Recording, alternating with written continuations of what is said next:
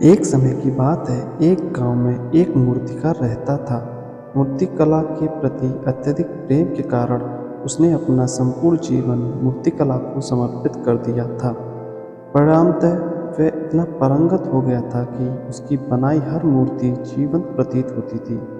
उसकी बनाई मूर्तियों को देखने वाला उसकी कला की भूरी भूरी प्रशंसा करता था। उसकी कला के चर्चे उसके गांव में ही नहीं बल्कि दूर दूर के नगर और गांव में होने लगे थे। ऐसी स्थिति में जैसा सामान्यतः होता है वैसा ही मूर्तिकार के साथ हुआ। उसके भीतर अहंकार की भावना जागृत हो गई। वह स्वयं को सर्वश्रेष्ठ मूर्तिकार मानने लगा। उम्र बढ़ने के साथ जब उसका अंत समय निकट आने लगा तो वह मृत्यु से बचने की युक्ति सोचने लगा। वह किसी भी तरह स्वयं को यमदूत की दृष्टि से बचाना चाहता था ताकि वह उसके प्राण न हर सके। अंततः उससे एक युक्ति सूझ ही गई। उसने अपनी बेमिसाल मूर्तिकला का प्रदर्शन करते हुए 10 मूर्तियों का निर्माण किया। वे सभी मूर्तियां दिखने में हूबहू उसके समान ही थी। निर्मित होने के पश्चात सभी मूर्तियां इतनी जीवंत प्रतीत होने लगी कि मूर्तियां और मूर्तिकार में कोई अंतर ही नहीं रहा।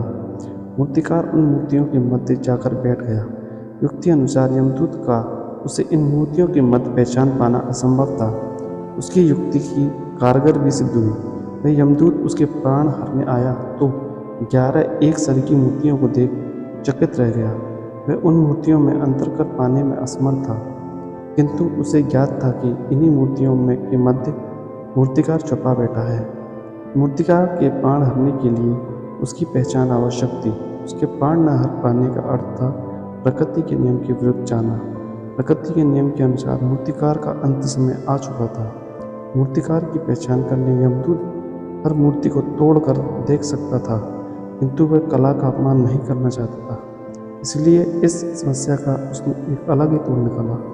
उसे मूर्तिकार के अहंकार का बोध था, अतः उसके अहंकार पर चोट करते हुए बोला, वास्तव में सब मूर्तियाँ कलात्मक और सौंदर्य का अद्भुत संगम है, किंतु मूर्तिकार एक त्रुटि कर बैठा। यदि वो मेरे सम्मुख होता तो मैं उसे उस त्रुटि से अवगत करा पाता। अपनी मूर्ति में त्रुटि की बात सुन अहंकारी मूर्तिकार का अहंकार जाग गया। उसने रहा नहीं गया और झट से अपने स्थान से उठ बैठा और यमदूत से बोला, त्रुटि संभव, मेरी बनाई मूर्तियाँ सर्वदा त्रुटिहीन होती हैं। यमदूत की युक्ति काम कर चुकी थी। उसने मूर्तिकार को पकड़ लिया और बोला, बेजान मूर्तियाँ बोला नहीं करती और तुम बोल पड़े।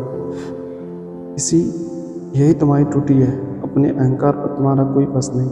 यमदूत मूर्तिकार के प्राण हर यमलोक वापस चला गया।